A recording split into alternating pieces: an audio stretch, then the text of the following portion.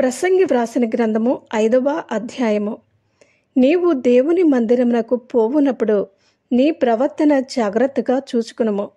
బుద్ధిహీనులు అర్పించినట్లుగా బలి అర్పించుట కంటే సమీపించి ఆలకించుట శ్రేష్టము. వారు తెలియకయే దుర్మార్గపు పనులు చేయుదురు.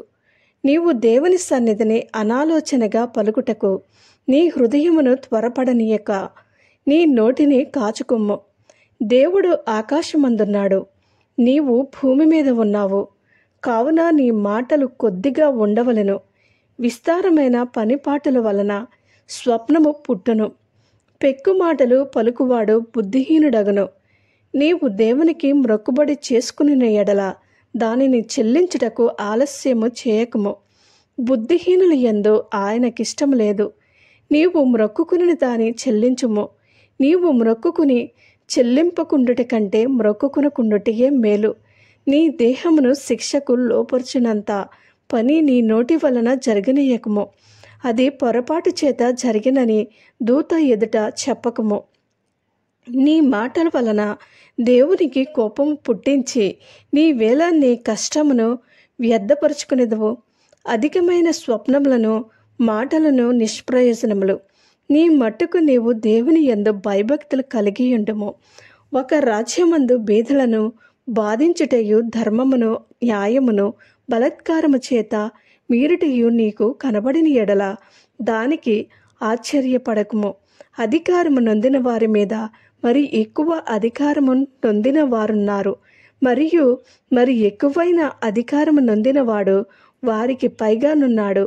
ఏ దేశంలో రాజు భూమి విషయమై శ్రద్ధ పుచ్చుకునునో ఆ దేశమునకు సర్వ విషయములయందు మేలు కలుగును. ద్రవ్యమును ఆపేక్షించువాడు ద్రవ్యము చేత తృప్తి నొందడు. ధన సమృద్ధిని ఆపేక్షించువాడు దాని చేత తృప్తి నొందడు. ఇదియు వ్యర్థమే.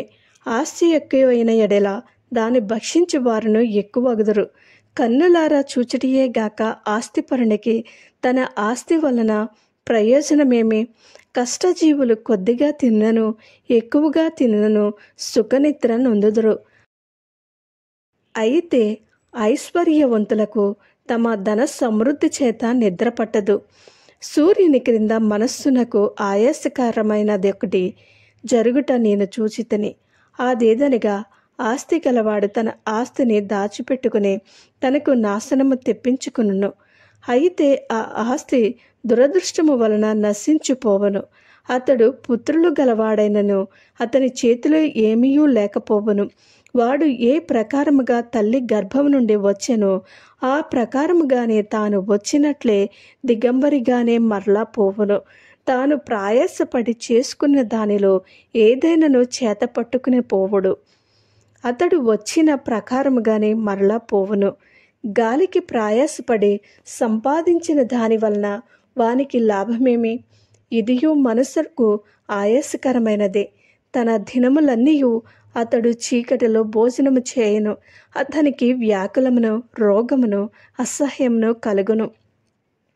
మరియు కోరదగినది గాను చూడముచ్చటైనది గాను నాకు కనబడినది ఏదనగా, దేవుడు తనకు నియమించిన ఆయుష్కాల దినములన్నీయు ఒకడు అన్నపానములు పుచ్చుకొనుచు తన కష్టార్జితమంతటి వలన క్షేమముగా బ్రతుకుచుండుటయే.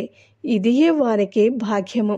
మరియు దేవుడు ఒకనికి ధనధాన్య సమృద్ధి ఇచ్చి దాని యందు తన భాగమును అనుభవించుటకును అన్నపానములు పుచ్చుకునుటకును తన కష్టార్జితమందు సంతోషించుటకును వీలు కలుగచేసిన ఎడల అతనికి ఆ స్థితి దేవుని ఆశీర్వాదము వలన కలిగినదనుకును వలెను.